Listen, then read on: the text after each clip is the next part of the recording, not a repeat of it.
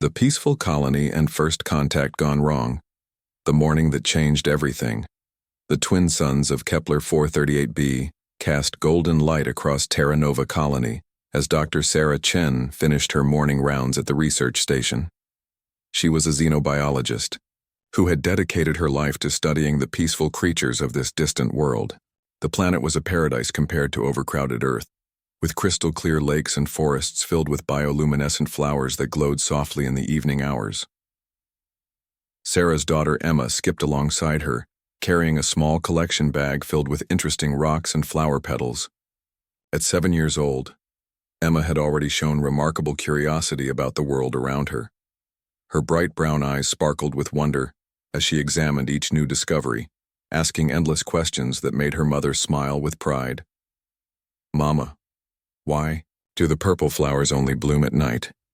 Emma asked, holding up a delicate petal that still glowed faintly in the morning light. "They've evolved to attract nocturnal pollinators," Sarah explained patiently. "The creatures that help them reproduce are most active when it's dark." Emma nodded seriously, carefully placing the petal back in her bag. She wanted to become a scientist just like her mother when she grew up. The other colonists often said Emma was destined for greatness, with her brilliant mind and kind heart that made friends with every creature she met. Life in Paradise, Terra Nova colony, housed 15,000 humans who had traveled 23 light-years from Earth to build a new life among the stars. The colony administrator Marcus Webb was a former military officer who had traded his uniform for civilian clothes and found peace in this quiet corner of the galaxy. He spent his days managing supply shipments, resolving minor disputes, and watching the colony grow stronger each year. The colonists had built their settlement in harmony with the native ecosystem. Their buildings used sustainable energy sources, and they carefully monitored their impact on local wildlife. Dr. Chen's research team had cataloged over 300 species of plants and animals, none of which showed any signs of intelligence or aggression toward humans. Emma's father, Dr. David Chen, worked as the colony's chief engineer. He maintained the fusion reactors that powered their homes and the communication arrays that kept them connected to Earth and other human settlements. David was a gentle man who read bedtime stories to Emma every night and taught her to identify constellations in the alien sky. The Chen family lived in a modest, dome-shaped house near the colony's eastern edge, where Emma could explore the nearby meadows under her parents' watchful eyes. She had made friends with a small creature that resembled a cross between a rabbit and a butterfly, with soft fur and translucent wings. Emma called it Sparkle and left small portions of her lunch for it every day. The arrival on the morning that changed everything. Emma was playing in the meadow behind her house when the sky began to shimmer. At first she thought it was heat waves rising from the warm ground, but then she realized the distortion was growing larger and more defined. She called out to her mother, who was working in their small garden nearby. Sarah looked up from her tomato plants and felt her blood freeze.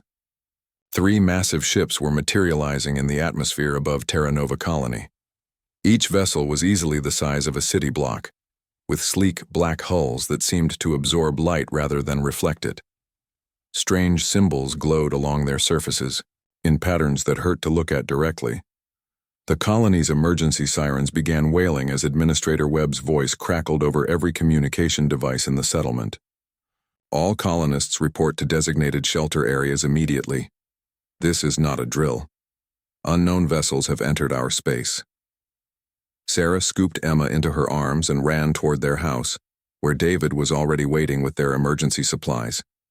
The family joined hundreds of other colonists streaming toward the reinforced community center that served as their primary shelter. Emma clutched her stuffed animal tightly, her young mind trying to process the fear she saw in her parents' eyes. First, Contact Protocol Administrator Webb stood in the colony's command center, surrounded by his senior staff and the few military personnel who had remained active after leaving Earth. Captain Rodriguez, the colony's security chief, monitored the alien ships through their surveillance systems, while Dr. Chen's husband worked frantically to boost their communication arrays. "Any response to our greeting messages?" Webb asked. "Nothing on standard frequencies," replied Communications Officer Lisa Park, "but they're definitely scanning us." Energy signatures unlike anything in our databases. The largest alien ship positioned itself directly above the colony center while the other two took flanking positions. For several tense minutes, nothing happened. Then a beam of brilliant white light descended from the primary vessel, forming a column that touched down in the colony's main square. Webb made the decision that would haunt him for the rest of his life. I'm going out there. Someone needs to represent humanity in first contact. Sir, that's not advisable, Captain Rodriguez protested. We don't know their intentions. That's exactly why I need to go, Webb replied. If they wanted to destroy us, they would have done it already. They're here for a reason. The Vorthak Empire. Webb walked slowly toward the beam of light, his hands raised in the universal gesture of peace. As he approached, the light began to fade, revealing three figures that made his heart race with a mixture of wonder and dread. The aliens stood nearly 3 meters tall, with elongated limbs and skin that appeared to be made of living metal. Their faces were angular and sharp, with 4 eyes arranged in a diamond pattern that glowed with internal fire. When they moved, their joints created a sound like grinding steel. The central figure stepped forward and spoke in perfect English, though its voice sounded like it came from multiple sources at once. I am Warcast Zethrix of the Vorthak Empire. You will identify yourself and explain your presence in this sector. I'm Marcus Webb, administrator of Terra Nova Colony, he replied, fighting to keep his voice steady. We're peaceful settlers from Earth. We've established this colony with no intention of conflict with any species. Zethrix's 4 eyes focused on Webb with predatory intensity. Earth. Yes, we are familiar with your species. You have been expanding rapidly across this region of space. The Vorthak Empire has determined that human expansion must be regulated. We're willing to discuss boundaries and mutual cooperation, Webb offered.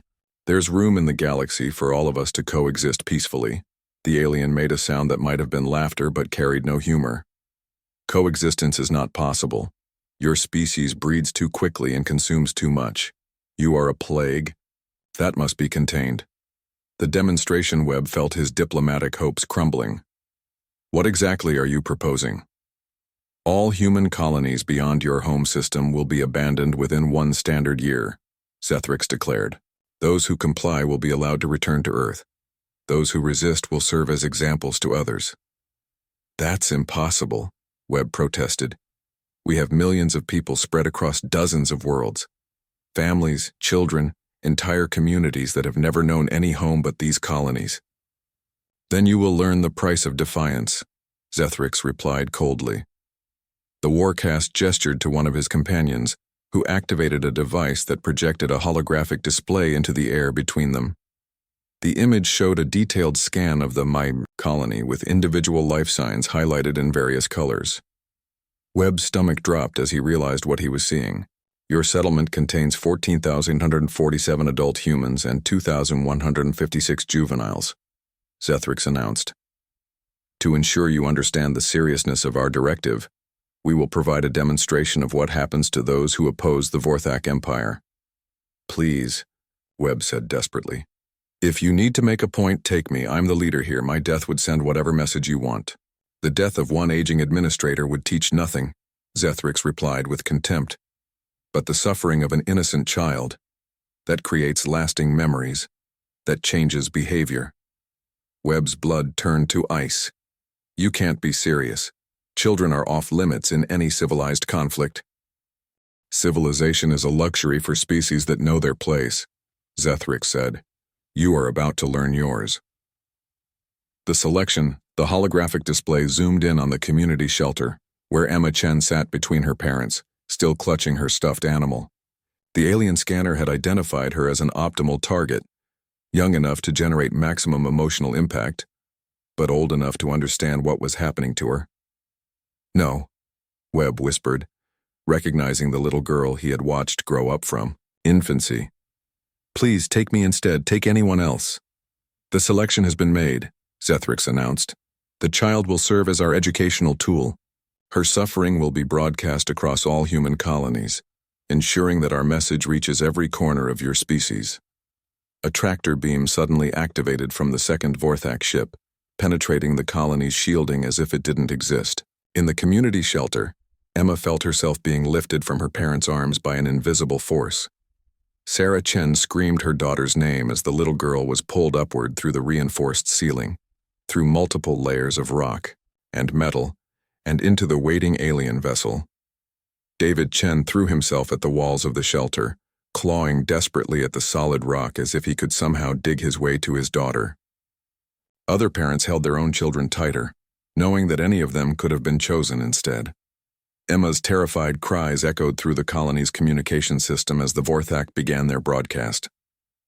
Every human settlement within 50 light-years received the signal, including the monitoring stations on Earth. Admiral Thompson of Earth's Space Fleet watched in horror as the 7-year-old girl was strapped into what could only be described as a torture device designed for maximum pain with minimal physical damage. The message, humans of all worlds, Zethrix's voice boomed across the galaxy. Observe the price of defiance. This child will suffer for as long as it takes for you to understand your place in the cosmic order. Withdraw from all colonies beyond your home system, or watch as we select more children to share her fate. Emma's screams filled the void between stars as the Vorthak began their demonstration. They had made a calculated decision to break humanity's spirit by targeting their most precious resource, their children. What they failed to understand was that they had just signed their own death warrant. On Earth, Admiral Thompson watched, the broadcast with tears streaming down his face and rage building in his heart. He turned to his aide and spoke 4 words that would echo through history. Activate the Vengeance Protocol. The Vorthak Empire had hurt one human child, thinking it would make humanity cower in fear. Instead, they had awakened something terrible and implacable that would not rest until every last member of their species had paid the ultimate price for their cruelty. The price of innocence and humanity's awakening. The galaxy watches, Emma Chen's torture continued for 72 hours while the entire human species watched in helpless fury.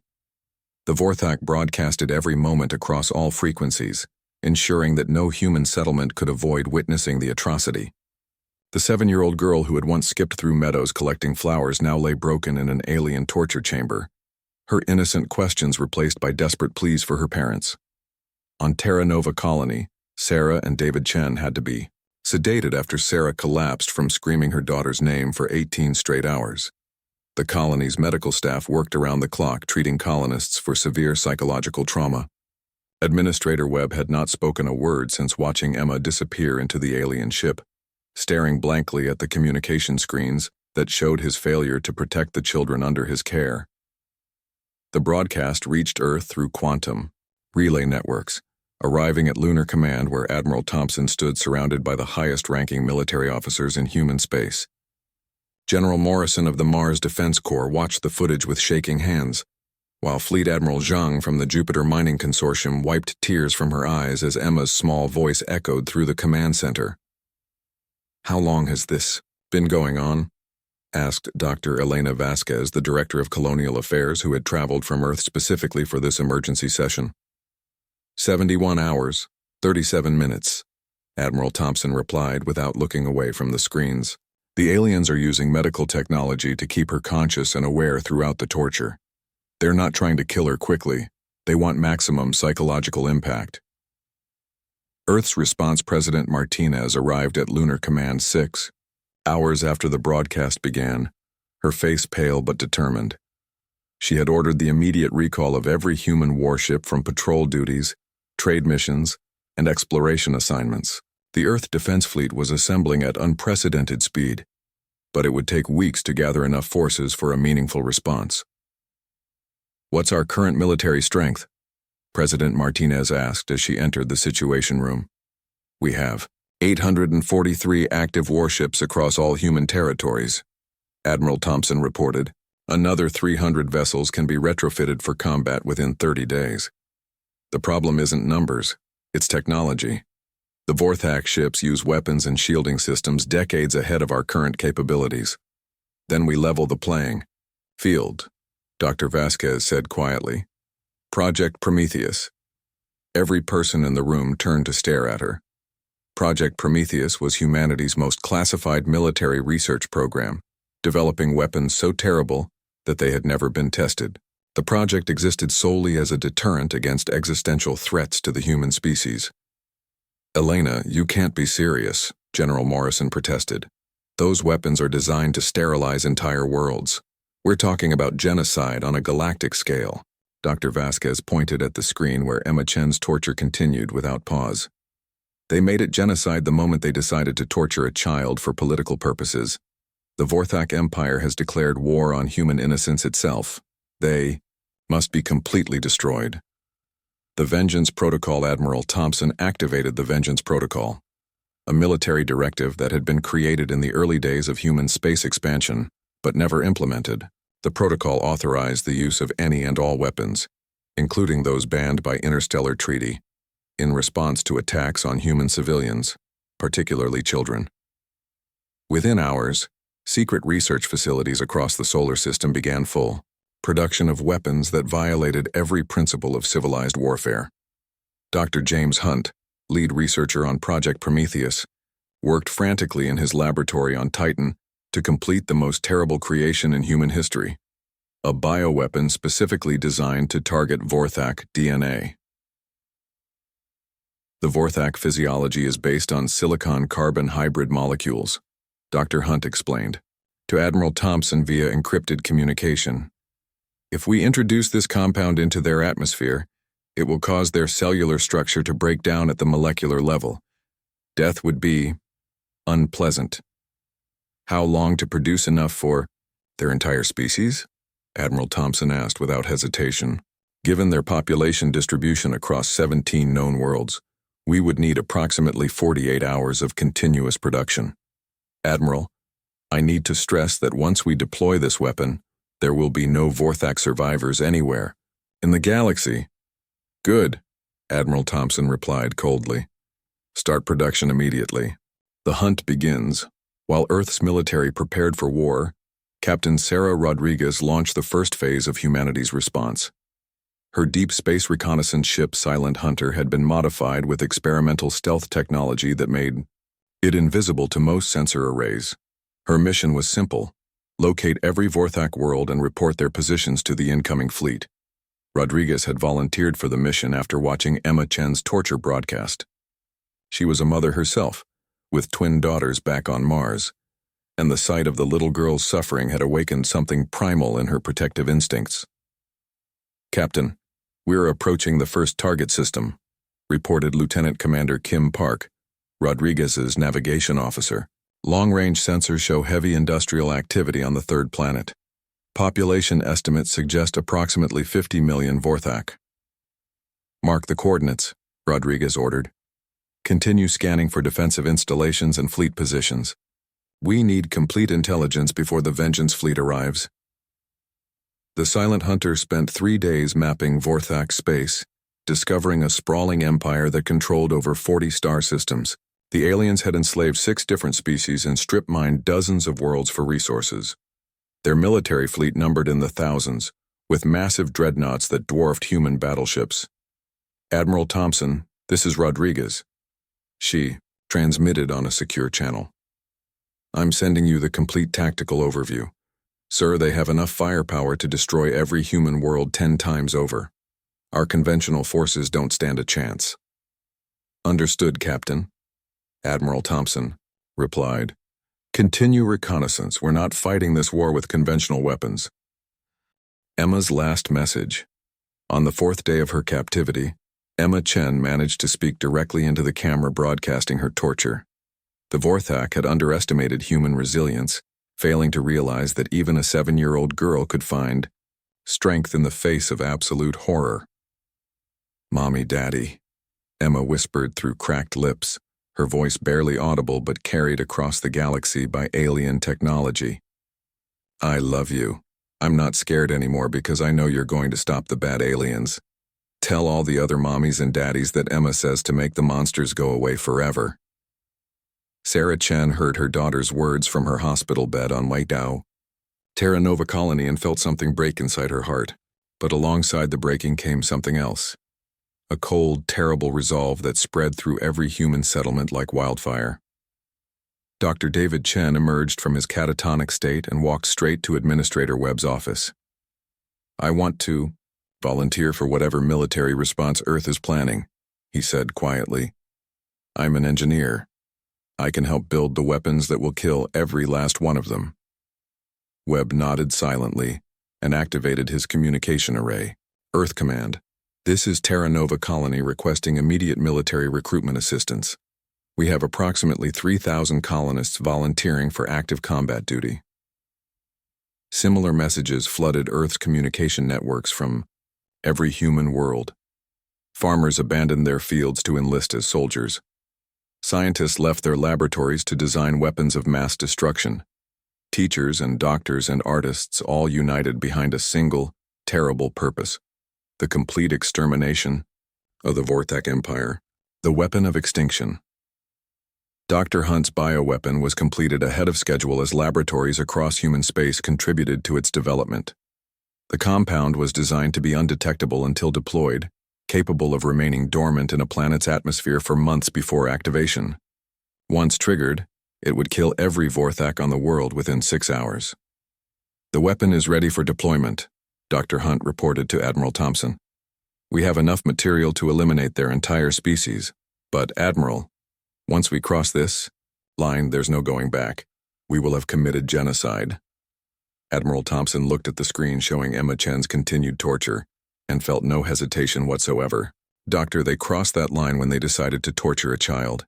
Deploy the weapon to every Vorthak world simultaneously. Leave no survivors." The Vengeance Fleet launched from Earth carrying humanity's most terrible creation. 500 ships loaded with enough bioweapons to sterilize entire worlds, crewed by humans who had volunteered for a mission that would make them the greatest mass murderers in galactic history. The end of the Vorthak. The attack came without warning. Human stealth ships slipped past Vorthak defenses and deployed the bioweapon in the atmospheres of 43 worlds simultaneously. The compound spread through their air systems, their water supplies and their food sources, carried by microscopic particles that penetrated every sealed environment. Warcast Zethrix was in the middle of another torture session with Emma Chen when his skin began to burn from the inside out. The biological weapon attacked the silicon-carbon bonds that formed the foundation of Vorthak physiology, causing their bodies to literally dissolve at the cellular level. "What is happening?" Zethrix screamed as his metallic skin began to bubble and melt. Emma Chen, despite her agony, managed to look up at her tormentor with eyes that held no fear, only satisfaction. "The monsters are going away forever," she whispered. "Just like I promised." Zethrix died in agony that exceeded anything he had inflicted on the human child, his body collapsing into a puddle of organic soup that had once been a proud warrior of the Vorthak Empire. Across the galaxy, billions of his species died in identical fashion, their screams echoing through empty space as their civilization ended forever. The price of victory. Emma Chen died as the bioweapon consumed the atmosphere of the Vorthak ship, but she passed away peacefully, knowing that her sacrifice had not been in vain. Her last words, recorded by the alien broadcast equipment, were carried to every human world. "Tell my mommy and daddy that the bad aliens can't hurt any more children now." Within 72 hours, the Vorthak Empire ceased to exist. Every member of their species was dead, their worlds left empty and silent, their mighty fleets drifting through space as tomb ships carrying only corpses. Humanity had committed the most thorough genocide in recorded galactic history, and they felt no regret. The other alien species who had witnessed the broadcast learned a terrible lesson that day. Humans were not the weak, scattered primitives they appeared to be. They were apex predators who would cross any line and commit any atrocity to protect their young. The galaxy's most powerful empires immediately began reviewing their policies toward human expansion, deciding that coexistence was far preferable to extinction. The memorial. A monument to Emma Chen was erected in the center of Terra Nova Colony, bearing the inscription, "She was 7 years old, and her courage saved humanity." Every year, on the anniversary of her death, humans across the galaxy observe A moment of silence in memory of the little girl who had faced monsters without fear. Sarah and David Chen never fully recovered from their daughter's loss, but they found purpose in establishing the Emma Chen Foundation, dedicated to protecting children throughout human space. They used the technology captured from Vorthak ships to build defensive systems that would ensure no human child would ever again suffer, as their daughter had. Admiral Thompson retired from military service after the Vorthak War, haunted by the genocide he had orchestrated but never regretting his decision. In his final report to Earth Command, he wrote, "They made us choose between our humanity and our children. We chose our children. We always will." The galaxy learned that day that humans were capable of infinite love and infinite cruelty, often simultaneously. They would sacrifice everything to protect their young, even their own souls. The Vorthak Empire had hurt one human child, thinking it would break humanity's spirit. Instead, they had awakened something far more terrible than they could have imagined, a species that would burn the galaxy to ash rather than let their children suffer. The stars themselves bore witness to humanity's promise. Touch our children and we will erase you from existence so thoroughly that even the memory of your species will be forgotten. The war was over. The monsters were gone forever. And every human child in the galaxy slept safely, protected by parents who had proven they would literally move heaven and earth to keep them from harm.